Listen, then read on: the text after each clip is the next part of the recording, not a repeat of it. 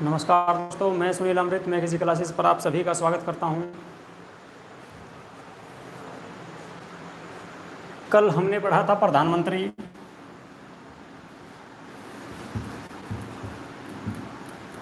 के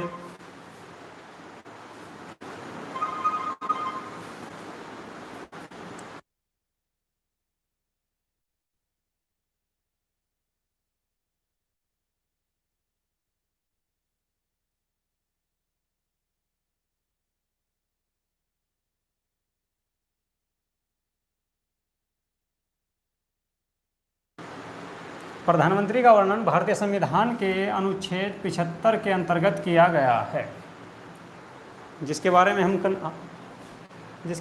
हमने कल पढ़ा था। लेकिन कुछ बीच में जो है नेट प्रॉब्लम की वजह से वीडियो पूरी नहीं हो पाई थी, तो उसके बारे में आज आपको, उससे पहले थोड़ी सी उसके बारे में चर्चा करते हैं। उसके बाद भारत के महान्यायवादी को पढ़ेंगे। Okay,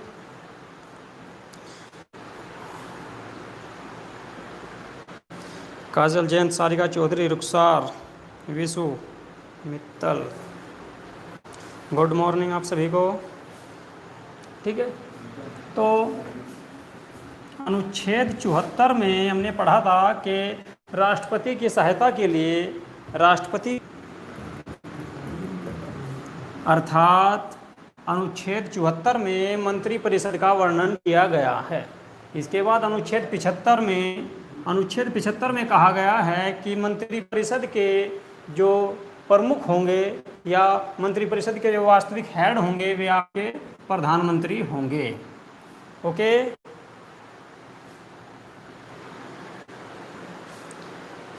Anikant, Anjali, good morning.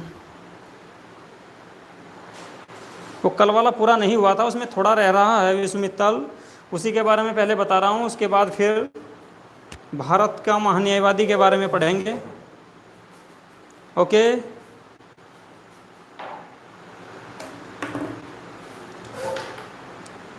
तो कल क्या क्या हुआ था एक बार उसके बारे में डिटेल से कर लेते हैं। कल हमने पढ़ा था प्रधानमंत्री, और प्रधानमंत्री का वर्णन अनुच्छेद 75 में किया गया है। Mohammad Diraj, good morning. ठीक है, वासु ठाकुर, गुड मॉर्निंग। इसके बाद मैंने बताया था आपको कि प्रधानमंत्री की नियुक्ति होती है। तो प्रधानमंत्री की नियुक्ति कौन करते हैं? प्रधानमंत्री की नियुक्ति राष्ट्रपति के द्वारा की जाती है। ठीक है, इसके बाद आपको बताया था मैंने कि प्रधानमंत्री कौन बनते हैं। तो प्रधानमंत्री कौन होगा, यानी कि लोकसभा में जिस दल को बहुमत प्राप्त होगा उसके जो नेता होते हैं उनको प्रधानमंत्री बनाया जाता है। Okay, Sarika Chaudhary, president. हाँ जी, प्रधानमंत्री की नियुक्ति राष्ट्रपति के द्वारा की जाती है। ठीक है, और बहुमत के लिए 50% प्लस वन सीटें होना जरूरी है, तभी किसी पार्टी को बहुमत प्राप्त होता है। ओके, इसके बाद आयु के बारे में बताया था। प्रधानमंत्री की आयु क्या होनी चाहिए? कम से कम प्रधानमंत्री बनने के लिए कितनी एज होनी चाहिए?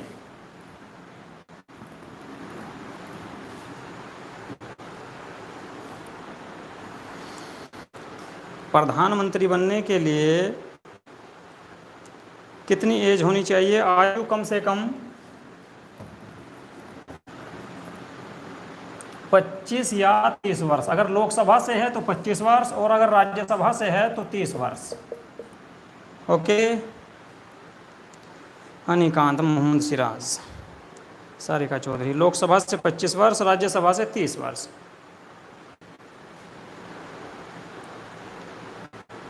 ठीक है, इसके बाद बात आई थी कि प्रधानमंत्री को शपथ कौन दिलाते हैं।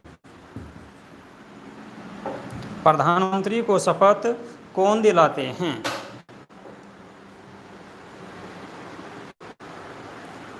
तो प्रधानमंत्री को शपथ राष्ट्रपति के द्वारा दिलाई जाती है। इसके बाद ये अपना त्यागपत्र किसे देते हैं?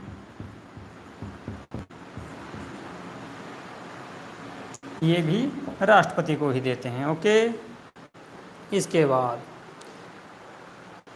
First man of India Abhishek Verma, Mohammed Siraj chief justice, राष्ट्रपति को अपना त्यागपत्र देते हैं प्रधानमंत्री मोहम्मद सिराज। ठीक है, इसके बाद इनका कार्यकाल,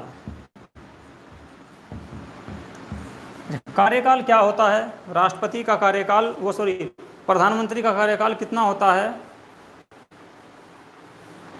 प्रीतिपाल, जय हिंद। 5 वर्ष 5 वर्ष 5 वर्ष, सभी बच्चों का 5 वर्ष आ रहा है। देखो, कार्यकाल को लेके कई 3 प्रकार के क्वेश्चन बनते हैं कार्यकाल को लेकर कि प्रधानमंत्री का कार्यकाल कितना होता है। अब अलग अलग उसमें कंडीशन होती है, उसके बारे में मैं आपको बता रहा हूँ, शायद कल ना बताया हो इसके बारे में मैंने। तो कार्यकाल जो है, प्रधानमंत्री का कार्यकाल, सबसे पहली बात तो ये कि 5 वर्ष होता है। नंबर 2 पे आपका अगर ये ऑप्शन नहीं है, अगर क्वेश्चन आए कि प्रधानमंत्री का कार्यकाल कितना होता है और ऑप्शन में 5 वर्ष नहीं है, और अगर ऑप्शन में है कि जब तक लोकसभा में बहुमत प्राप्त है। ओके, यहाँ पर एक ऑप्शन आ सकता है आपका, जब तक उसे लोकसभा में बहुमत प्राप्त है। ओके, प्रधानमंत्री का कार्यकाल 5 वर्ष होता है, यानी कि 5 वर्ष कोई भी व्यक्ति सांसद रह सकता है, लेकिन आपने ज़्यादातर देखा होगा बहुत से ऐसे प्रधानमंत्री रहे हैं जिन्होंने अपना पूरे 5 साल का कार्यकाल नहीं किया है। क्यों? क्योंकि लोकसभा पहले ही भंग कर दी गई है। कई बार ऐसा हुआ है कि लोकसभा पहले ही भंग कर दी गई है। क्यों? क्योंकि वे अपना बहुमत खो देते हैं। जब गठबंधन की सरकार बनती है, कई पार्टियां मिलकर एक सरकार का निर्माण करती है, तो उसमें कभी कभी ये होता है कि कुछ पार्टियां या कुछ दल किसी मुद्दे पर अपना समर्थन वापस ले लेते हैं। तो उस ऐसी स्थिति में प्रधानमंत्री, जो भी उस वक्त प्रधानमंत्री होते हैं, वे लोकसभा में अपना बहुमत खो देते हैं और सरकार गिर जाती है। तो उसके लिए कार्यकाल 5 वर्ष निश्चित नहीं कह सकते। ठीक है, यहाँ पर जब तक उसे लोकसभा में बहुमत प्राप्त है। तो ऑप्शन में अगर आपका 5 वर्ष नहीं है और ये दे रखा है कि जब तक उसे लोकसभा में बहुमत प्राप्त है, तो वे तब तक प्रधानमंत्री रहेंगे। कभी कभी आपने देखा होगा 1 माह तक भी प्रधानमंत्री बने हैं, या 2 साल तक रहे हैं, या 4 साल तक भी रहे हैं। तो जरूरी नहीं कि 5 वर्ष ही पूरा करें। ओके, इसके बाद एक और ऑप्शन आता है, राष्ट्रपति के प्रसाद प्रयत्न। बहुमत न होने से 5 से कम, 5 से ज़्यादा। जी निकांत, अगर बहुमत खो देते हैं, कोई भी प्रधानमंत्री लोकसभा में बहुमत खो देता है, तो उनकी सरकार गिर जाती है, क्योंकि उनका कार्यकाल वहीं पे समाप्त हो जाता है। इसके बाद नंबर 3 पे एक ऑप्शन आता है आपका, राष्ट्रपति के प्रसाद प्रयत्न। राष्ट्रपति के प्रसाद प्रयत्न बोला जाता है इसको। ये कैसे है देखिए, तो जब लोकसभा चुनाव होता है, मान के चलो कोई लोकसभा चुनाव हुआ और उस समय किसी भी पार्टी को पूर्ण बहुमत नहीं मिला, यानी कि पूर्ण बहुमत नहीं मिला, तो ऐसी स्थिति में राष्ट्रपति स्वविवेक की शक्ति का प्रयोग करके, स्वविवेक जो पावर है राष्ट्रपति के पास, उसका प्रयोग करके किसी भी पार्टी के दल के या किसी भी बड़ी पार्टी के नेता को, जिसको राष्ट्रपति को है कि हाँ ये सरकार बना सकते हैं या बहुमत साबित कर सकते हैं, तो जिस पार्टी की सबसे ज़्यादा सीटें होंगी लोकसभा में,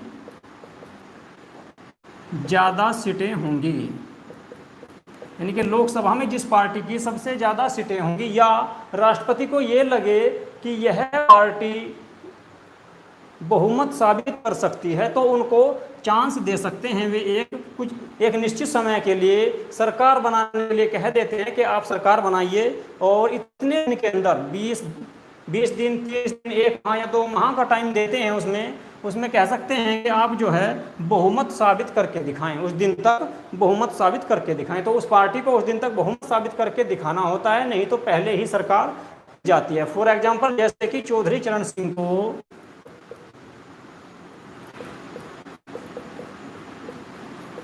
प्रधानमंत्री बनाया गया था, ठीक है, तो वे लगभग 1 माह के आसपास रहे थे प्रधानमंत्री, लेकिन उस टाइम पर वो जो है उन्होंने बहुमत साबित करके नहीं दिखाया था, जिस कारण उन्हें अपना त्यागपत्र देना पड़ा था। उसके बाद और भी कई प्रधानमंत्री रहे हैं। अटल बिहारी वाजपेयी भी आपके जो है एक बार 13 दिन के लिए बने थे, उसके बाद 1 साल के लिए बने थे, ठीक है। तो सब विवेक की शक्ति का प्रयोग करके किसी भी पार्टी के नेता को प्रधानमंत्री बनने के लिए न्योता दे सकते हैं या सरकार बनाने के लिए न्योता दे सकते हैं या प्रधानमंत्री नियुक्त कर सकते हैं, लेकिन शर्त ये होती है कि उन्हें एक निश्चित समय के अंदर बहुमत साबित करके दिखाना होता है। ओके सर, फिर दोबारा वोटिंग होती है क्या? देखो, कुछ दिन के लिए चांस दिया जाता है कि कोई पार्टी अगर सरकार बनाती है गठबंधन करके, अनिकांत, ये चांस दिया जाता है जब किसी पार्टी को पूर्ण बहुमत नहीं मिलता। और आपने देखा होगा, लगभग आप अगर पढ़ोगे उसमें आपका जो है राजीव गांधी के काल के बाद, यानी कि 1980 के बाद या 88 के बाद, सॉरी 1988 90 के लिए 1990 से, और आप देखोगे कि 2014 का जो चुनाव हुआ था 2013 तक ले लेते हैं, यानी कि 2013 तक जो भी सरकारें बनी, ज़्यादातर सारी सरकारें गठबंधन के द्वारा ही बनी। यानी कि इनमें से इस काल के अंतर्गत, इस पीरियड के अंतर्गत जो है, इस अवधि में किसी भी पार्टी को पूर्ण बहुमत नहीं मिला था। तो यहाँ पर जो है 8-10 पार्टियाँ मिलकर, 8 से 10 पार्टियां या और ज़्यादा मिलकर जिन्होंने जो है सरकार बनाई थी और सरकार चलाई। लेकिन कुछ सरकारें पूरे 5 साल चली, कुछ 2 साल चली, कुछ 1 साल चली, कुछ बीच में ही विघटित कर दी गई, ठीक है। उसके बाद अगर सरकार नहीं चलती या कोई प्रधानमंत्री जो है नहीं बन पाता या सरकार नहीं बन पाती, तो ऐसी स्थिति में दोबारा चुनाव करा दिए जाते हैं। फिर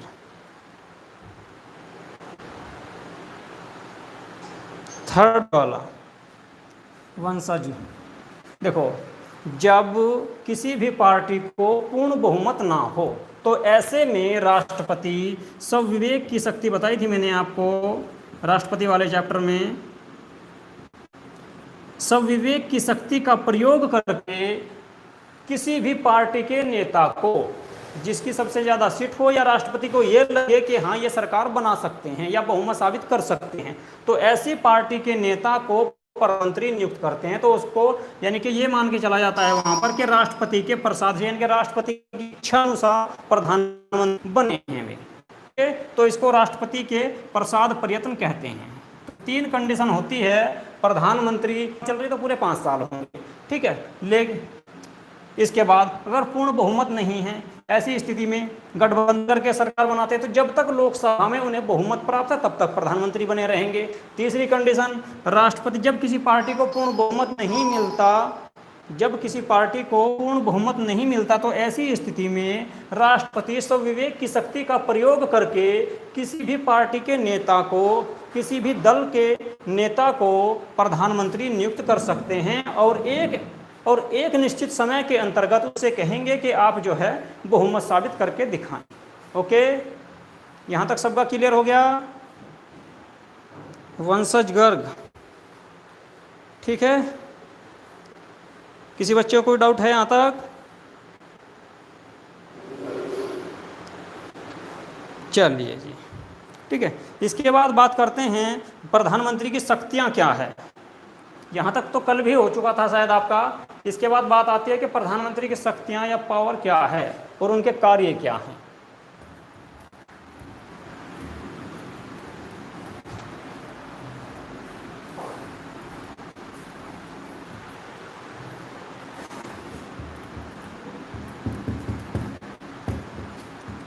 पीएम के कार्य या शक्तियाँ। अच्छा, अगर क्वेश्चन आ जाए कि प्रधानमंत्री की शक्तियों या कार्य का वर्णन किस अनुच्छेद में किया गया है, तो कौन सा अनुच्छेद है? प्रधानमंत्री की शक्ति या कार्यों का वर्णन किस अनुच्छेद में किया गया है? अगर कभी ये क्वेश्चन आ जाए तो क्या आंसर दोगे, कौन सा अनुच्छेद है?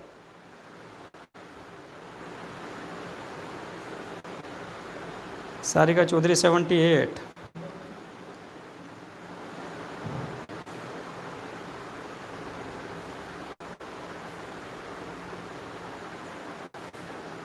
देखो मैं आपसे बता दूं, भारतीय संविधान में प्रधानमंत्री की शक्तियों या कार्य का वर्णन नहीं किया गया है। भारतीय प्रधानमंत्री के बारे में सिर्फ एक ही आर्टिकल है, अनुच्छेद 75, और कहीं भी किसी भी अनुच्छेद में प्रधानमंत्री के बारे में कोई वर्णन नहीं है। एक आर्टिकल है अनुच्छेद 75। अनुच्छेद 75 में कहा गया है कि मंत्रिपरिषद के जो होंगे, वास्तविक प्रमुख होंगे, वे आपके प्रधानमंत्री होंगे। ओके, और किसी भी अनुच्छेद के अंतर्गत प्रधानमंत्री के बारे में किसी भी प्रकार का कोई जिक्र नहीं किया गया है भारतीय संविधान के अंतर्गत। लेकिन राष्ट्रपति की जितनी भी शक्तियां हैं, राष्ट्रपति की लगभग सभी शक्तियों का प्रयोग प्रधानमंत्री अप्रत्यक्ष रूप से करते हैं।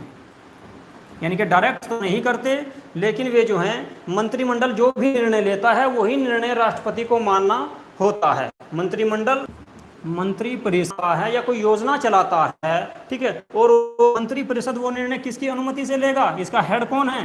पीएम यानी प्रधानमंत्री, ठीक है। तो मंत्रिपरिषद तो कोई योजना बनाएगा, आपका मंत्रिपरिषद ने कोई योजना, कानून, विधि या बिल बनाया, उस बिल को जो है राष्ट्रपति तक कौन पहुंचाते हैं? प्रधानमंत्री, ठीक है। उसकी जानकारी कौन देते हैं राष्ट्रपति को?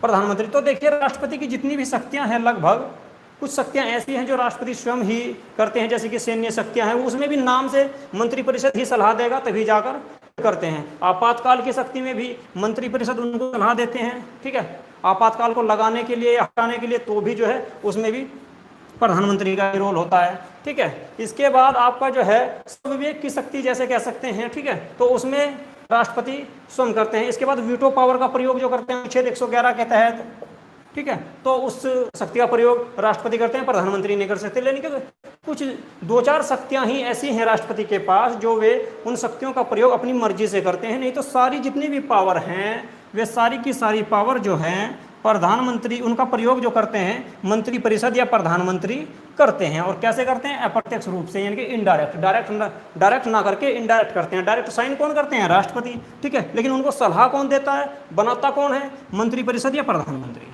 ओके, प्रधानमंत्री की राष्ट्रपति की लगभग सारी शक्तियों का प्रयोग प्रधानमंत्री के द्वारा ही किया जाता है। ओके, जैसे कि मंत्रिपरिषद की बैठक बुलाना, कार्यों में लिख सकते हैं आप प्रधानमंत्री के क्या क्या कार्य हैं। मंत्रिपरिषद की बैठक बुलाते हैं, ओके, और इसके बाद मंत्रियों को विभाग वगैरह जो दिए जाते हैं, मंत्रिपरिषद की बैठक बुलाना,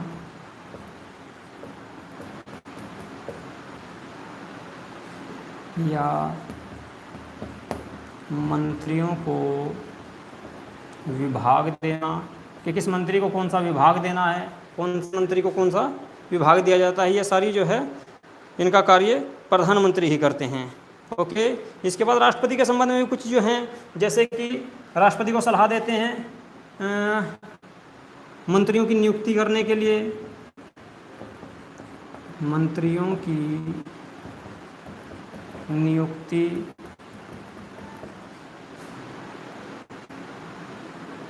या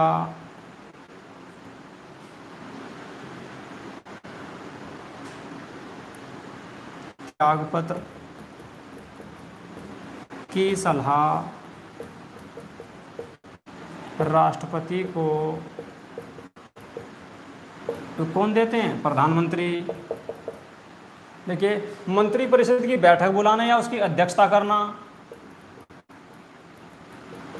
ये कार्य प्रधानमंत्री का है। मंत्रियों को विभाग, कौन से मंत्री को कौन सा विभाग देना है, ठीक है, ये डिसाइड प्रधानमंत्री करते हैं। मंत्रियों की नियुक्ति करना, किस मंत्री को कौन सा मंत्रालय देना, वो तो ऊपर आई गया विभाग, ठीक है। तो मंत्रियों की नियुक्ति या त्यागपत्र संबंधी सलाह राष्ट्रपति को देना। देखिए, नियुक्ति कौन करते हैं? राष्ट्रपति करते हैं, लेकिन किसकी मर्जी से करते हैं, किसकी सलाह से करते हैं?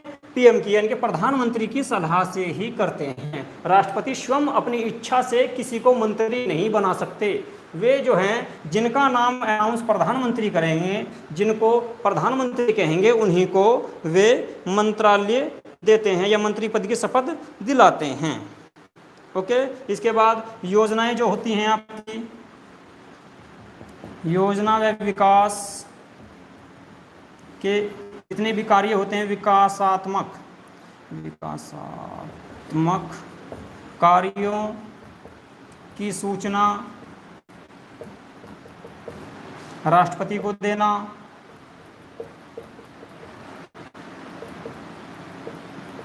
यानी कि प्रधानमंत्री ही जितनी भी मंत्री परिषद या प्रधानमंत्री के द्वारा जितनी भी योजनाएं चलाई जाती हैं या विकासात्मक जो कार्य किए जाते हैं, उन सब का डाटा या उन सब की सूचना जो है राष्ट्रपति को प्रधानमंत्री ही देते हैं।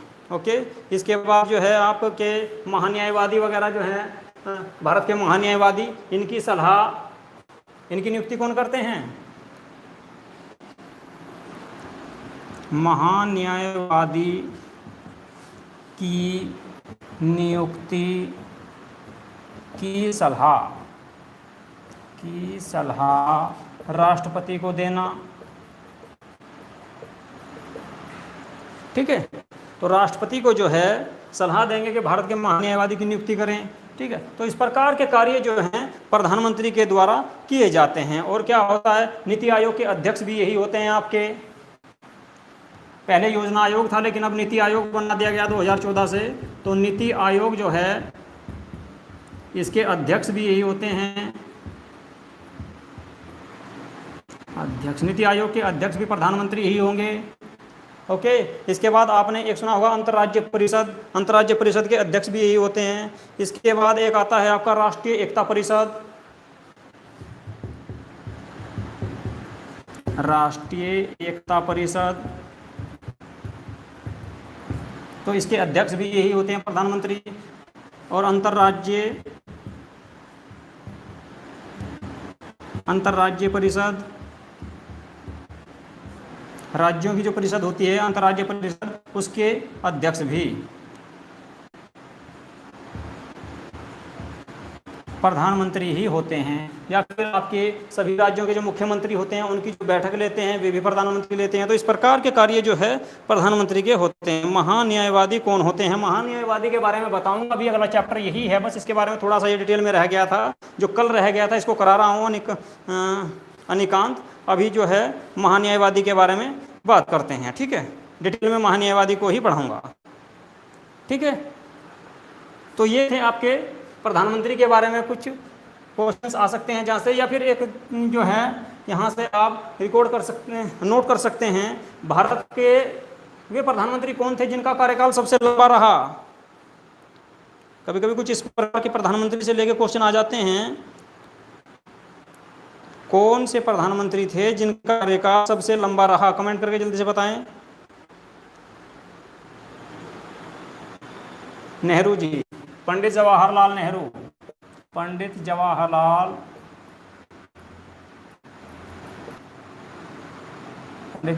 नेहरू थे ना, नेहरू, ठीक है। इसके बाद पहली महिला प्रधानमंत्री कौन थी? तो इसके बाद तीसरा क्वेश्चन है कि प्रधानमंत्री को लेकर ही पहले गैर कांग्रेसी प्रधानमंत्री कौन थे? पहले गैर कांग्रेसी प्रधानमंत्री कौन थे? वासु ठाकुर 1952। अच्छा, इंदिरा गांधी पहली महिला प्रधानमंत्री थी।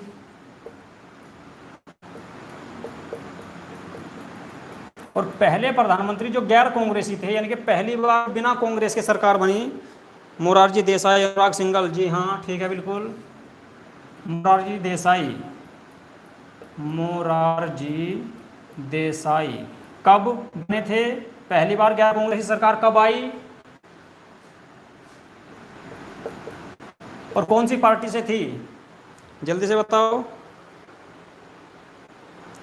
मोरारजी देसाई 87 में, 87 तक कहाँ है मोरारजी देसाई? अनुराग सिंघल जनता पार्टी से, हाँ जनता पार्टी से थे ये। और पहली बार 1977 में, देखो 1977 में पहली बार आपातकाल के बाद, ठीक है, हाँ अनुराग सिंघल 77 में पहली बार 1977 में जो है मोरारजी देसाई यानी कि गैर कांग्रेसी सरकार बनी जनता पार्टी से, ठीक है। उससे पहले कांग्रेस की ही सरकार थी 1952 से लेकर 1976 तक। 1977 में चुनाव हुए तो पहली बार जो है जनता पार्टी को पूर्ण बहुमत मिला। इसमें कई सारे बहुत सारे दल मिलकर एक पार्टी बनाई गई थी जनता पार्टी। फिर उसके बाद 2-3 साल में टूट गई थी, ठीक है। उसी के दौरान जो है चौधरी चरण सिंह भी प्रधानमंत्री बने थे और उसके बाद कई पार्टियों का निर्माण हुआ, जैसे कि Samajwadi party, Bahujan Samajwadi party, BJP और आपकी बहुत सारी पार्टियां बनी इस टाइम पे जनता पार्टी से ही टूट के, ठीक है। चलिए तो अब बात करते हैं महान्यायवादी के बारे में। इसके बाद एक और क्वेश्चन बनता है आपका प्रधानमंत्री का कि सबसे कम जो कार्यकाल रहा किस प्रधानमंत्री का रहा? सबसे लंबा तो पंडित जवाहरलाल नेहरू का रहा और सबसे कम किसका रहा? सबसे कम जो कार्यकाल रहा किस प्रधानमंत्री का रहा? जल्दी से बताएं। उसके बाद महान्यायवादी के बारे में बात करते हैं। सबसे कम जो कार्यकाल रहा, सबसे लंबा तो पंडित जवाहरलाल नेहरू ने किया और सबसे कम किस प्रधानमंत्री का कार्यकाल रहा?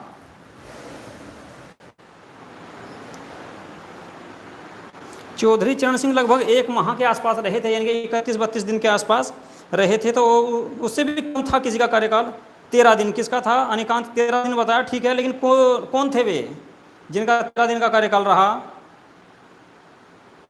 चौधरी चरण सिंह का नहीं रहा। चौधरी चरण सिंह 1 माह के आसपास तक जो है प्रधानमंत्री रहे। लेकिन चौधरी चरण सिंह के बारे में एक क्वेश्चन बनता है कि वे कौन से प्रधानमंत्री थे जो कभी संसद में नहीं पहुंचे? वे कौन से प्रधानमंत्री थे जो अपने कार्यकाल के दौरान कभी संसद में नहीं पहुंचे? तो चौधरी चरण सिंह थे। लगभग 1 माह के आसपास वे प्रधानमंत्री रहे थे।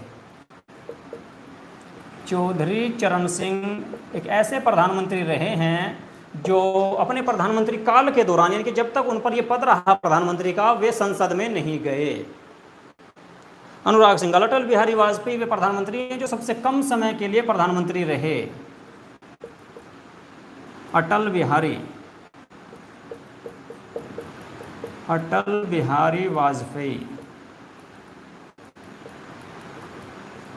सबसे कम कार्यकाल जो है 13 दिन का इन्हीं का रहा, ठीक है। एक बार 13 दिन रहे, एक बार 13 महीने रहे, उसके बाद फिर लगभग जो है पूरा कार्यकाल किया इन्होंने। ओके, चलिए ठीक है। इसके बाद जो है भारत के महान्यायवादी अटॉर्नी ऑफ जनरल के बारे में बात करते हैं। यहां तक क्लियर है सबका? अटल बिहारी मोहम्मद सिराज, ठीक भैया, यहां तक सबका क्लियर हो गया? ओके, ठीक है।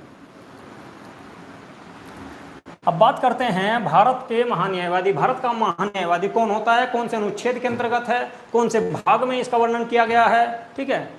जल्दी से कमेंट करके बताएं।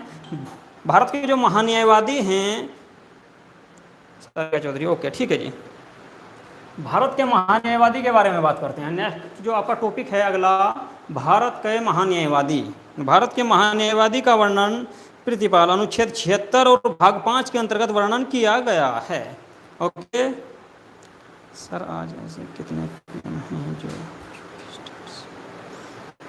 यूपी स्टेट से कितने पीएम थे? याद नहीं हो, देखना पड़ेगा, थे शायद,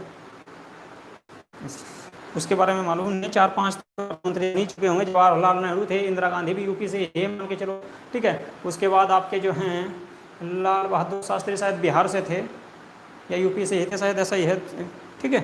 तो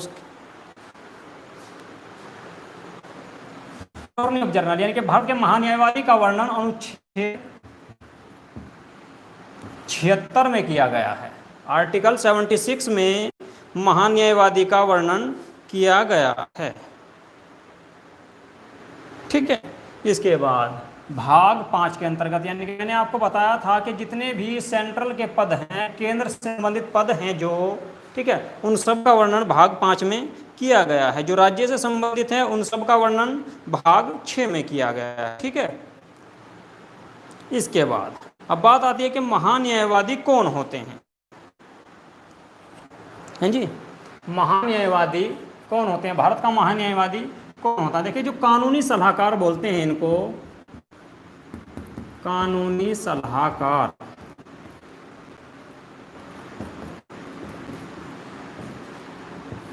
सरकार के जो कानूनी सलाहकार होते हैं, भारत सरकार जो है, भारत सरकार के जो कानूनी सलाहकार होते हैं उनको भारत का महान्यायवादी बोलते हैं। यानी कि ये भारत के प्रथम विधि मंत्री भी होते हैं या प्रथम विधि सदस्य भी इनको कह सकते हैं। ओके, भारत के महान्यायवादी को प्रथम विधि सदस्य भी कह सकते हैं।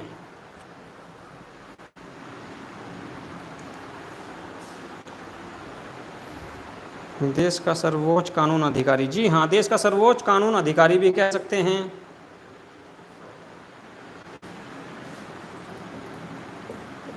यानी कि ये विधि सदस्य होते हैं।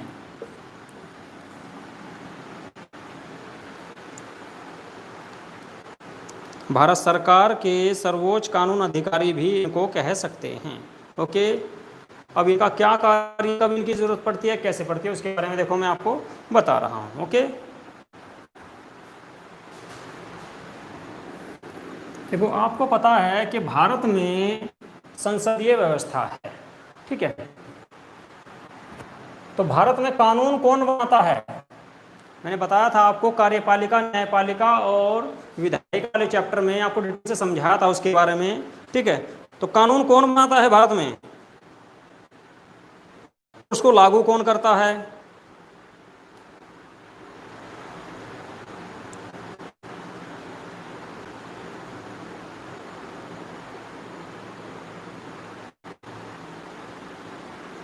विधायिका। देखो, कानून जो बनाने का कार्य है, मोहम्मद सिराज ने बताया कि विधायिका जो है कानून बनाती है, वो लागू करता है, लागू करती है जी कार्यपालिका।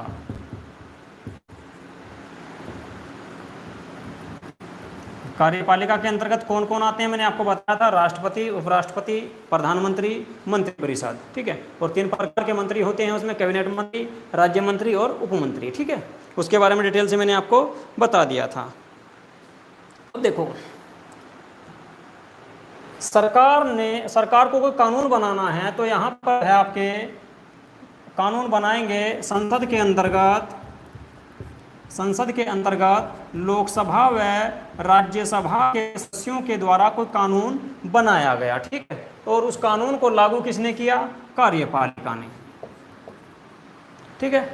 यहाँ तक क्लियर है। लेकिन यदि इस कानून को लेकर, लेकिन यदि जो ये कानून बनाया गया है, अब ये जरूरी तो नहीं है कि ये जो है सभी एडवोकेट हों, वकील हों, या इन सबको संविधान की जानकारी हो, जितने भी लोकसभा राज्यसभा के जो मेंबर होते हैं, जरूरी नहीं है कि, मैंने आपको पहले भी बताया था कि जो पद चुनाव के द्वारा भरे जाते हैं उनके लिए पढ़ाई लिखाई या मतलब के योग्यता, शिक्षा के लिए कोई जरूरी नहीं है, कोई अनपढ़ व्यक्ति भी बन सकता है, ठीक है। तो जब इन्होंने ये कानून बनाया कि जरूरी नहीं इनके लिए कि जो है इन सबको संविधान की जानकारी हो या कानून की जानकारी हो कि इस कानून को कैसे बनाना है, क्या इसमें जो है अड़चन आ सकती है। तो इस चीज को देखने के लिए, यानी कि जब कार्यपालिका कोई कानून बनाती है तो उस कानून में कोई गलती ना हो या वह संविधान का उल्लंघन ना कर रहा हो या उस अंतर्गत कोई इस प्रकार की कमी ना रह जाए जिससे कि उस कानून को न्यायपालिका चुनौती दे।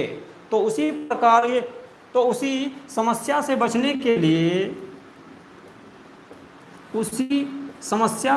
के लिए, सरकार एक अपना सलाहकार नियुक्त करती है जिसको कानून की संपूर्ण जानकारी हो। जिसे संविधान की कंप्लीट या पूरी तरह से जानकारी हो, एक ऐसा सलाहकार अपनी सलाह के लिए सरकार स्वयं नियुक्त करती है, राष्ट्रपति के द्वारा कराती है। सलाह कौन देते हैं? प्रधानमंत्री सलाह देते हैं कि इन व्यक्ति को जो है महान्यायवादी नियुक्त कीजिए या हमारा सलाहकार नियुक्त कीजिए, ठीक है। ताकि जब वे कोई कानून बनाए तो उसकी जांच सबसे पहले कौन करता है? महान्यायवादी, ठीक है। तो उस व्यक्ति को क्या कहते हैं? भारत का महान्यायवादी, यानी कि ये प्रथम विधि सदस्य होता है, या इसको जो है भारत का कानूनी सलाहकार भी कह सकते हैं। ओके, जब सरकार कोई कानून बनाती है तो उस कानून में, जब सरकार कोई कानून बनाती है तो उस कानून को लागू करने से पहले उसमें जो है उसकी जांच की जाती है ताकि उसमें कोई कमी ना रह गई हो। ओके, और उसकी जांच कौन करते हैं?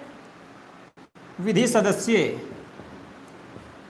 यानी कि भारत के महान्यायवादी जो होते हैं उसको देखते हैं कि क्या यह कानून सही बना है या नहीं, ठीक है।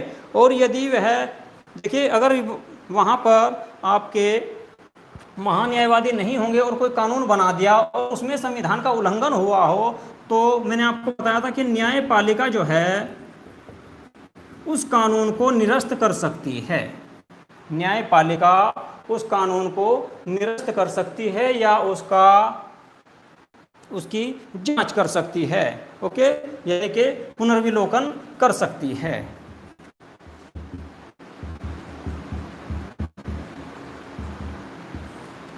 यदि सरकार के द्वारा कोई कानून बनाया गया और उसमें संविधान का उल्लंघन हुआ है या वह विधि के अनुसार नहीं बना है, कानून के अनुसार नहीं बना है, तो न्यायपालिका उस कानून को निरस्त कर सकती है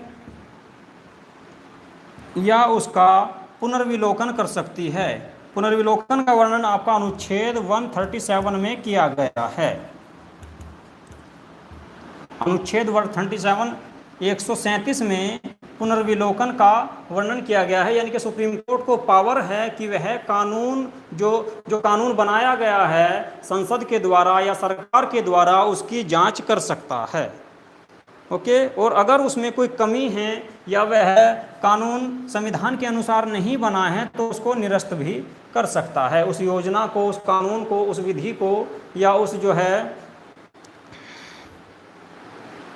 लागू किया जा सकता है, हाँ जी, तो उसको जो है निरस्त कर सकते हैं। कौन? सुप्रीम कोर्ट, ठीक है। उस विधेयक को या बिल को या कानून को निरस्त किया जा सकता है, किसके द्वारा? महान्यायवादी के द्वारा, ठीक है।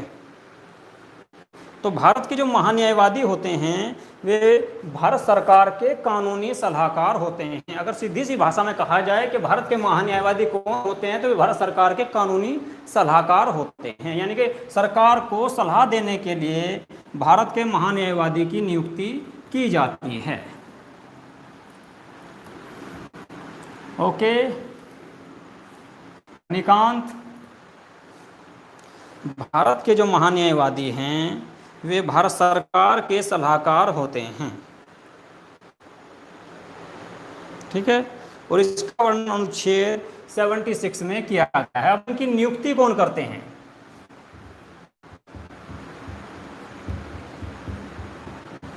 भारत के महान्यायवादी की नियुक्ति कौन करते हैं? राष्ट्रपति। राष्ट्रपति द्वारा भारत के महान्यायवादी की नियुक्ति की जाती है। क्या राष्ट्रपति अपनी मर्जी कर सकते हैं? क्या भारत के महान्यायवादी की नियुक्ति राष्ट्रपति अपनी मर्जी से किसी की भी कर सकते हैं?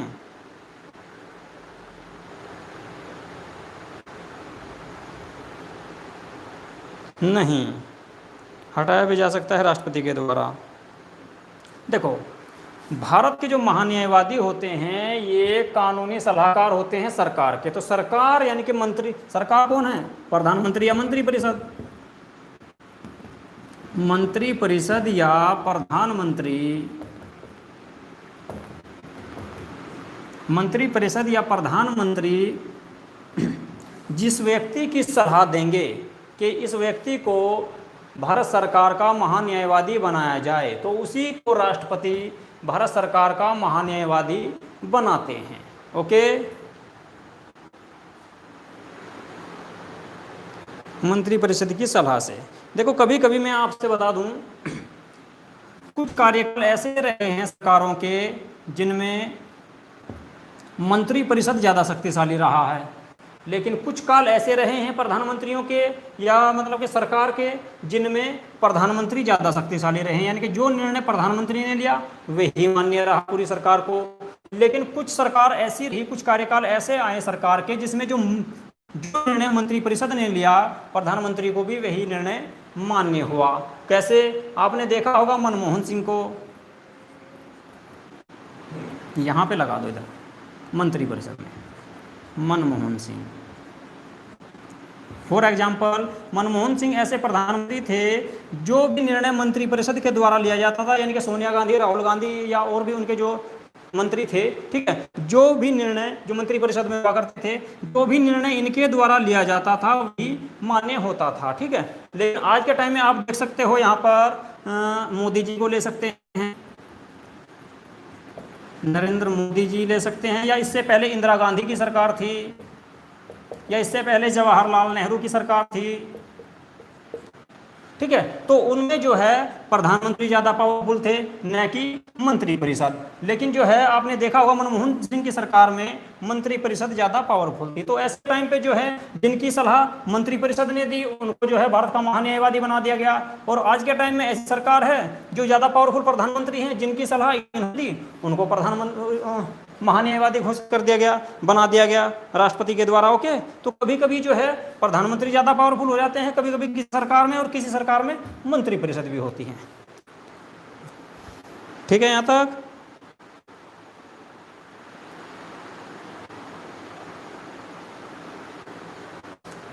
तक क्लियर है सबका। इसके बाद अब देखिए इनको हटाने की बात आती है। ये तो नियुक्ति करेंगे कौन? राष्ट्रपति, मंत्री परिषद या प्रधानमंत्री की सलाह पर। इसके बाद हटाएंगे कौन? उन्हें पद से इन्हें कौन हटा सकता है?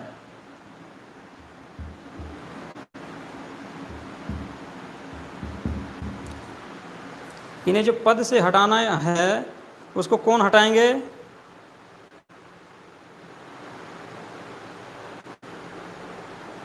भारत के महान्यायवादी को उनके पद से कौन हटा सकते हैं? देखो, या तो वे खुद त्याग पत्र दे दें, ठीक है, वहां पे जो है उनका पद समाप्त हो गया, या फिर उनको जो है कौन हटाएंगे? राष्ट्रपति ही। लेकिन राष्ट्रपति भी अपनी इच्छानुसार नहीं हटा सकते। ओके, देखो मैंने बताया था ना आपको कि राष्ट्रपति की ज्यादातर शक्तियों का प्रयोग जो है मंत्री परिषद या प्रधानमंत्री ही करते हैं। तो देखो यहां पर भी वही बात आ गई आपकी कि प्रधानमंत्री या मंत्री परिषद की सलाह पर यदि सरकार को लगे कि कोई महान्यायवादी सही प्रकार से कार्य नहीं कर रहा, इनका देखिए कोई कार्यकाल निश्चित नहीं होता, जब तक महान्यायवादी सही प्रकार से सरकार को चला रहे हैं या सरकार को लग रहा है कि वे सही तरीके से कार्य कर रहे हैं, तभी तक वे महान्यायवादी रह सकते हैं। नहीं तो प्रधानमंत्री या मंत्री परिषद राष्ट्रपति को सलाह दे सकते हैं कि इनको पद से हटा दीजिए और दूसरे को नियुक्त कर देते हैं। ओके, जब तक वे सही प्रकार से कार्य करते हैं, भारत के महान्यायवादी या सरकार को लगता है कि वे इस सही प्रकार से सलाह दे रहे हैं, तो तभी तक वे पद पर रहते हैं। ठीक है, इसके बाद आता है मोस्ट इंपोर्टेंट है, भारत के महान्यायवादी की योग्यता क्या होती है? भारत के महान्यायवादी की योग्यता क्या होनी चाहिए या क्या होती है? कम से कम कितनी योग्यता होनी चाहिए?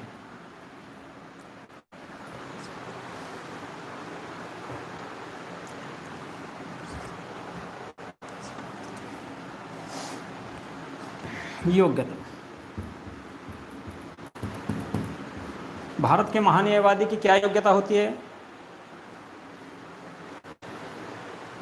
जल्दी से बताएं। भारत के महान्यायवादी की क्या योग्यता होती है, यानी कि भारत का महान्यायवादी बनने के लिए कम से कम क्या योग्यता होनी चाहिए?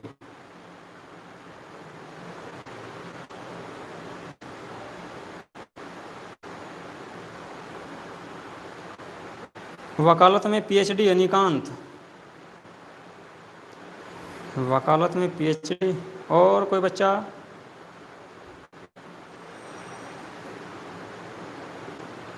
भारत का महान्यायवादी बनने के लिए कम से कम कितनी योग्यता होनी चाहिए? न्यायालय में वकालत का 10 वर्ष का अनुभव, सारिका चौधरी। बहुत सारे वकील हैं मुजफ्फरनगर में भी जो 10-10 साल से क्या 20-20 साल हो चुके जिन्हें, ठीक है, तो क्या उन्हें महान्यायवादी बना दे? हाँ? बहुत से ऐसे वकील हैं मुजफ्फरनगर में भी जो 10 क्या 20-20 साल का अनुभव हो गया उनको, तो क्या उन्हें महान्यायवादी बनाया जा सकता है भारत सरकार का? न्यायाधीश के रूप में 5 वर्ष का अनुभव कहाँ पे? न्यायाधीश के रूप में 5 वर्ष का अनुभव होना चाहिए, कहाँ पर होना चाहिए? न्यायाधीश तो सुप्रीम कोर्ट में भी होते हैं, हाई कोर्ट में भी होते हैं और डिस्ट्रिक्ट कोर्ट में भी होते हैं। उच्च न्यायालय में यानी कि सुप्रीम कोर्ट में, निशांत शर्मा हाई कोर्ट में, अनिकांत सुप्रीम कोर्ट में। चलो जी देखो मैं बता रहा हूँ आपको, भारत का महान्यायवादी बनने के लिए सीधा सा आंसर है कि भारत का महान्यायवादी बनने के लिए उस व्यक्ति की योग्यता जो होनी चाहिए सुप्रीम कोर्ट के न्यायाधीश के समान होनी चाहिए। सुप्रीम कोर्ट के न्यायाधीश, सुप्रीम कोर्ट के न्यायाधीश के समान होनी चाहिए। अब योग्यता होनी चाहिए, ठीक है। देखो अनुच्छेद 76 में जो महान्यायवादी है वहाँ पर सिर्फ यही कहा गया है कि जो भारत के महान्यायवादी हैं उनकी जो योग्यता होनी चाहिए कम से कम सुप्रीम कोर्ट के न्यायाधीश के समान होनी चाहिए, उससे कम नहीं होनी चाहिए, ठीक है। सुप्रीम कोर्ट के न्यायाधीश के समान, सुप्रीम कोर्ट के न्यायाधीश बनने की योग्यता होती है वही योग्यता होनी चाहिए। और उनके लिए क्या योग्यताएं हैं? 2 योग्यताएं हैं। सुप्रीम कोर्ट के न्यायाधीश बनने के लिए 2 योग्यताएं हैं। कौन सी हैं बता सकते हैं कोई बच्चा? सुप्रीम कोर्ट का न्यायाधीश बनने के लिए 2 योग्यताएं होनी चाहिए।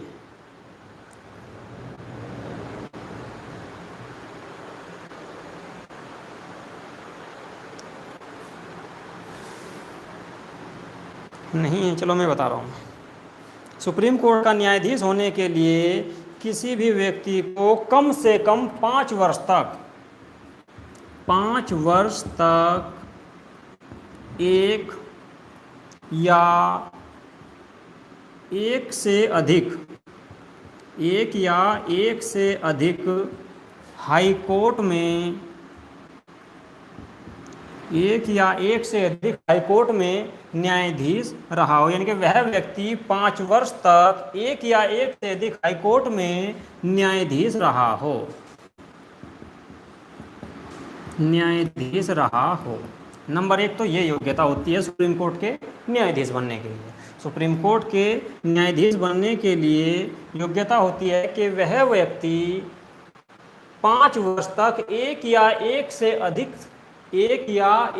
अधिक हाई कोर्ट में, यानी ये जरूरी नहीं कि एक ही हाई कोर्ट में रहा हो 5 साल, ठीक है। वो जो है 2 साल किसी हाई कोर्ट में, 1 साल किसी हाई कोर्ट में, 6 माह यानी कि कुल टोटल मिला के 5 वर्ष तक एक या एक से अधिक में न्यायाधीश यानी कि जज रहा हो, तो वह सुप्रीम कोर्ट का न्यायाधीश बन सकता है। क्लियर तक? नंबर 1 समझ में आ गया सबके?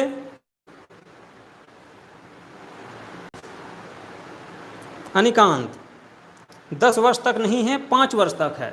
5 वर्ष तक एक या एक से अधिक हाई कोर्ट में न्यायाधीश रहा हो, यानी कि जज रहा हो, एक कोर्ट में रहा हो या एक से अधिक हाई कोर्ट में, ठीक है। वह व्यक्ति 5 वर्ष तक, यानी कि जो उसका कार्यकाल है टोटल 5 वर्ष का होना चाहिए जज के रूप में एक या एक से अधिक हाई कोर्ट के अंदर, हाई कोर्ट के अंतर्गत। ओके, ठीक है। नंबर 2 में आता है कि वह व्यक्ति, कोई व्यक्ति 10 वर्ष किसी हाई कोर्ट में, 10 वर्ष तक किसी हाई कोर्ट में लगातार 10 वर्ष तक किसी भी हाई कोर्ट में लगातार वकालत का अनुभव रखता हो,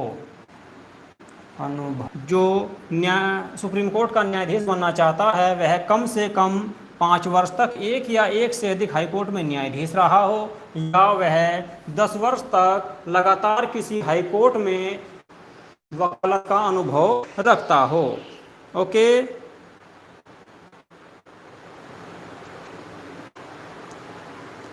सुप्रीम कोर्ट का न्यायाधीश बनने के लिए 2 शर्तें होती हैं। नंबर 1, 5 वर्ष तक एक या एक से अधिक हाई कोर्ट में न्यायाधीश यानी कि जज रहा हो, या फिर 10 वर्ष तक किसी हाई कोर्ट में लगातार वकालत का अनुभव यानी कि उसने वकालत की हो, वह हाई कोर्ट का वकील हो। कब तक? 10 साल तक, कम से कम 10 साल तक उसने लगातार वकालत की हो, तो उसको जो है सुप्रीम कोर्ट का न्यायाधीश बनाया जा सकता है। उसकी वह सुप्रीम कोर्ट का न्यायाधीश बनने की योग्यता कंप्लीट करता है, पूरी रखता है। और ऐसे ही व्यक्ति को भारत का महान्यायवादी बनाया जा सकता है, यानी कि जिसे संपूर्ण ज्ञान हो संविधान का, कंप्लीट ज्ञान हो, ठीक है, उसी को भारत का महान्यायवादी बनाया जा सकता है। ओके, इसके बाद बात करते हैं। चलिए, इसके बाद जो है भारत के महान्यायवादी की शक्तियां क्या है, पावर क्या है, कार्य क्या है इसके। ओके, योग्यता कंप्लीट हो गया सबका। योग्यता को लेकर किसी के मन में कोई डाउट है?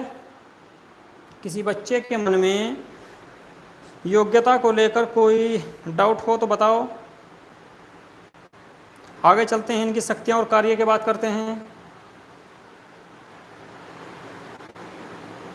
ठीक है जी, क्लियर हो गया सबका।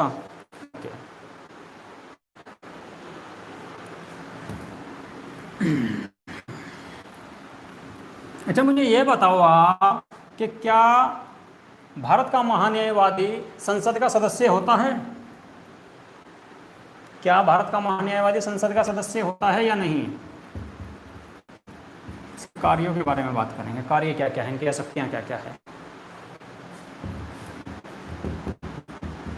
शक्तियां या कार्य के बारे में बात करेंगे। नो नो नहीं, वासु ठाकुर नहीं, हाँ होवे वंशजगर। मैंने आपसे पहले ही बताया कि भारत के महान्यायवादी को सुप्रीम कोर्ट के न्यायाधीश के समान योग्यता होनी चाहिए, ठीक है। तो ये आपके जो है सांसद नहीं होते, ठीक है। संसद के सदस्य सिर्फ लोकसभा और राज्यसभा के सदस्य होते हैं, इस बात को याद रखना हमेशा। संसद के जो सदस्य होते हैं लोकसभा, राज्यसभा और राष्ट्रपति होते हैं, ठीक है। तो भारत के महान्यायवादी संसद के सदस्य नहीं होते, ठीक है। तो क्या ये संसद की बैठकों में भाग ले सकते हैं? क्या भारत के महान्यायवादी संसद की बैठकों में भाग ले सकते हैं, बोल सकते हैं, या जो संसदीय समितियां बनती है उनके सदस्य बन सकते हैं? जल्दी से बताएं कमेंट करके, क्या भारत के महान्यायवादी संसद की बैठक में भाग ले सकते हैं या बोल सकते हैं, ठीक है, या उनकी जो समितियां बनती है उनके सदस्य बन सकते हैं? वासु ठाकुर नहीं, वंशजगर हाँ, अनिकांत जी सर ले सकते हैं, मोहम्मद सिराज यस, और कोई है? चलिए देखो, मैंने आपसे बताया कि भारत के संसद की बैठकों में, संसद की बैठक में भाग लेते हैं, बोलते हैं और जो संसदीय समितियां बनती हैं, संसदीय समितियों के सदस्य भी बन सकते हैं। एक यही ऐसा व्यक्ति है जो भारत के अंतर्गत जो संसद है, संसद की बैठकों में भाग भी ले सकते हैं, बोल भी सकते हैं और संसदीय समितियों के सदस्य भी बन सकते हैं। भारत के महान्यायवादी जो हैं, वरना किसी भी व्यक्ति को संसद में एंट्री नहीं होती है, ठीक है। संसद के अंतर्गत सिर्फ लोकसभा, राज्यसभा के मेंबर और आपके राष्ट्रपति, उपराष्ट्रपति ही जाते हैं और किसी को एंट्री नहीं है। लेकिन भारत के महान्यायवादी भारत की जो संसद है उसकी जो बैठक होती है उनमें भाग ले सकते हैं, बोल सकते हैं और जो संसद की जो समितियां होती हैं उन समितियों के सदस्य भी बन सकते हैं। ओके, यहाँ तक सबका क्लियर हुआ? निशांत शर्मा यही पूछने वाला थी, ठीक है। इसके बाद जो है आपका इसके बाद यहाँ तक तो संसद की यानी कि संसद की बैठक में भाग लिया, बोलने का अधिकार है, संसदीय समितियों का सदस्य बनने का भी अधिकार। तो क्या वोट देने का भी राइट है? क्या ये वोट दे सकते हैं संसद के अंतर्गत? भारत के महान्यायवादी क्या संसद में वोट दे सकते हैं? जी सर, अनिकांत।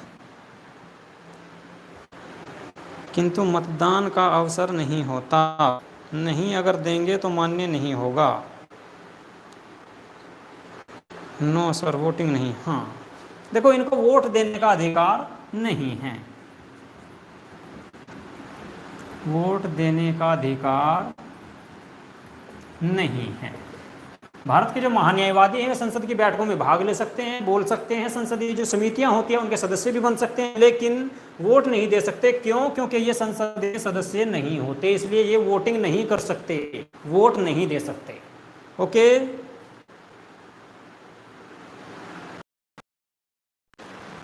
अब ये इन बैठकों में क्यों भाग लेते हैं? इन बैठकों में इसलिए भाग लेते हैं क्योंकि ये विधि मंत्री होते हैं, भारत सरकार के विधि मंत्री या विधि सदस्य इनको कहा जाता है, यानी कि कानूनी सलाहकार कहा जाता है।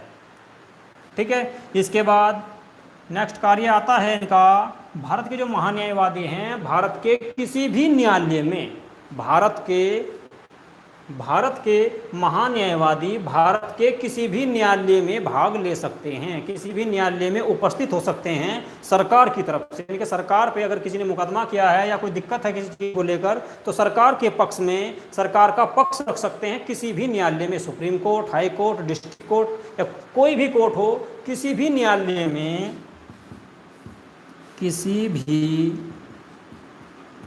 न्यायालय में सरकार की ओर से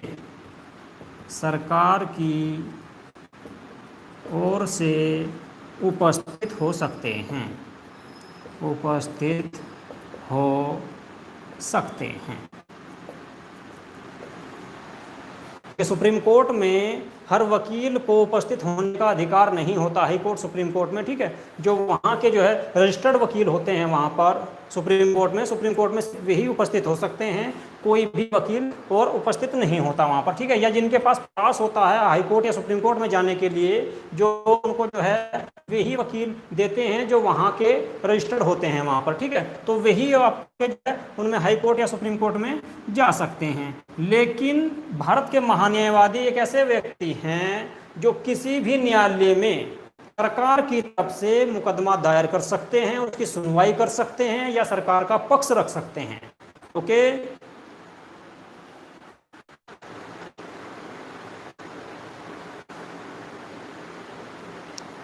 वासु ठाकुर कह रहे हैं कि वर्तमान में महान्यायवादी के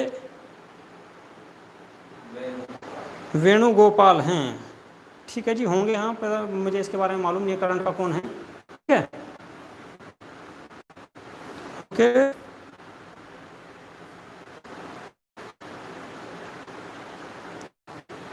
ठीक है, यहाँ तक सबका ओके। तो ये आपके जो है कुछ कार्य थे महान्यायवादी के। इसके बाद आपका आता है इसी के अंतर्गत, अब देखो भारत सरकार के सलाहकार कौन होते हैं? भारत के महान्यायवादी। अब देखो भारत सरकार का कार्य होता है तो अकेले तो ये कर नहीं सकते, तो इनकी मदद करने के लिए सोलिसिटर जनरल होते हैं, उनको बोलते हैं सोलिसिटर जनरल। सोलिसिटर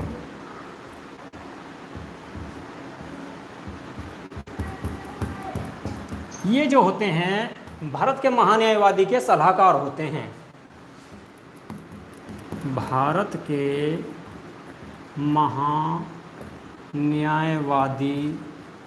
के सलाहकार। भारत के जो महान्यायवादी होते हैं उनकी मदद करने के लिए कुछ और भी विधि सदस्य होते हैं। भारत सरकार के जो महान्यायवादी होते हैं उनकी हेल्प करने के लिए, मदद करने, क्योंकि अकेले तो इतना काम नहीं है भाई।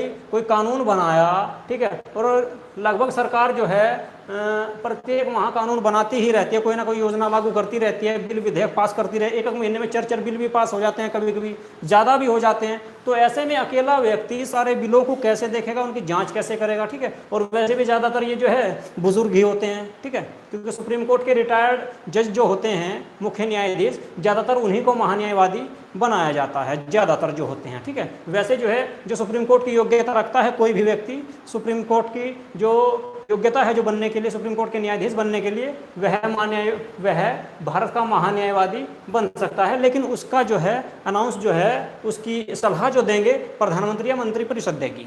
ओके, तो इनके ये जो हैं इतना कार्य अकेले नहीं कर पाते, तो इसलिए इनकी सलाह करने, इनकी जो है मदद कर न्यायवादी के सलाहकार जो होते हैं उन्हें सॉलिसिटर जनरल होते हैं। ओके, ये भी विधि अधिकारी ही होते हैं। दिनेश कुमार, गुड मॉर्निंग, बड़े लेट जुड़े हो भैया।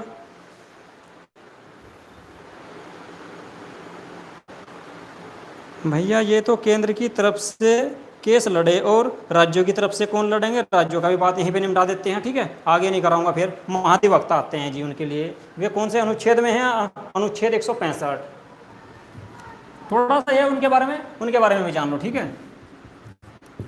अनुच्छेद 165 में कहा गया है कि राज्य जो सरकार होती है, राज्य सरकार अपनी सलाह के लिए एक विधि सदस्य नियुक्त कर सकती है, उनको क्या कहते हैं, महाधिवक्ता। महाधिवक्ता राज्यों में जिस प्रकार से केंद्र में महान्यायवादी होते हैं सरकार को सलाह देने के लिए, उसी प्रकार राज्यों में सरकार को सलाह देने के लिए महाधिवक्ता होते हैं, और इनका वर्णन अनुच्छेद 165 के तहत किया गया है। ये आपके राज्य स्तर पर होते हैं। ओके दिनेश कुमार जी, ठीक है, कोई बात नहीं। देखो, जिस प्रकार केंद्र में महान्यायवादी होते हैं भारत सरकार को सलाह देने के लिए, जो उनके विधि सदस्य होते हैं केंद्र में, ठीक है, उसी प्रकार से राज्यों में राज्य स्तर पर सरकार को सलाह देने के लिए महाधिवक्ता होते हैं, जिनका वर्णन अनुच्छेद 165 में किया गया है, और इनके कार्य लगभग उसी प्रकार के होते हैं जिस प्रकार के महान्यायवादी होते हैं। तो ये बताने की आपको जरूरत नहीं है कि इनके क्या क्या कार्य होते हैं, सारे डिटेल में मैंने बता दिया है, और योग्यता भी लगभग उन्हीं के समान होती है, यानी कि हाई कोर्ट के न्यायाधीश के समान। वहां पर सुप्रीम कोर्ट के न्यायाधीश के समान थी, यहाँ पर हाई कोर्ट के न्यायाधीश के समान होनी चाहिए इनकी योग्यता, ठीक है। कार्य लगभग वही होते हैं जो केंद्र में वे कार्य करते हैं, वही कार्य राज्यों में महाधिवक्ता का होता है। इसका वर्णन अनुच्छेद 165 में किया गया है। भारत के महाधिवक्ता होते हैं राज्यों में जिस प्रकार से केंद्र में महान्यायवादी बोलते हैं उनको, यहाँ पर महाधिवक्ता बोलते हैं। राज्यों में कानून या विधि जो सदस्य होता है सरकार का, जो सरकार को सलाह देने के लिए होते हैं राज्यों में, उनको महाधिवक्ता बोलते हैं, और लगभग उनके कार्य उसी प्रकार से होते हैं, और ये राज्य के किसी भी कोर्ट में उपस्थित हो सकते हैं। ये जो हैं राज्य सरकार की ओर से किसी भी न्यायालय में उपस्थित हो सकते हैं। तो लगभग उसी प्रकार के सारे कार्य होते हैं उनके जिस प्रकार के भारत के महान्यायवादी के होते हैं। तो भारत सरकार के अंतर्गत अनुच्छेद 76 में, भारत सरकार के अंतर्गत अनुच्छेद 76 के अंतर्गत महान्यायवादी का वर्णन किया गया है, और अनुच्छेद 165 में राज्य सरकार के अंतर्गत महाधिवक्ता का वर्णन किया गया। तो भाग कौन सा होगा यहाँ पर? अनुच्छेद 165 के अंतर्गत महान्यायवादी का वर्णन किया गया है, तो भाग कौन सा होगा, जल्दी से बताएं। कौन से भाग के अंतर्गत राज्य के महाधिवक्ता का वर्णन किया गया है? वासु ठाकुर, महाधिवक्ता अनुच्छेद 165 भाग कौन सा होगा? मैं कई बार बता चुका हूं आपको कि केंद्र को लेकर जितने भी पद हैं सब में भाग 5, और राज्यों को लेकर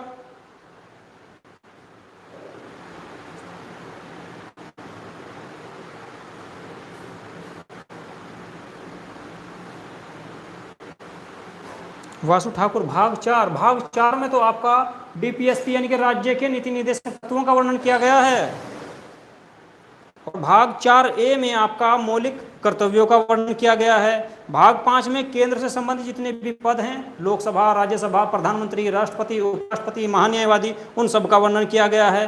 काजल जयंत 6, देखो राज्य से संबंधित जितने भी पोस्ट हैं, पद हैं या व्यक्ति हैं जो जिनके नाम आएंगे, वे सब जो हैं भाग 6 के अंतर्गत, उनका वर्णन भाग 6 में किया गया है। ओके, ठीक है।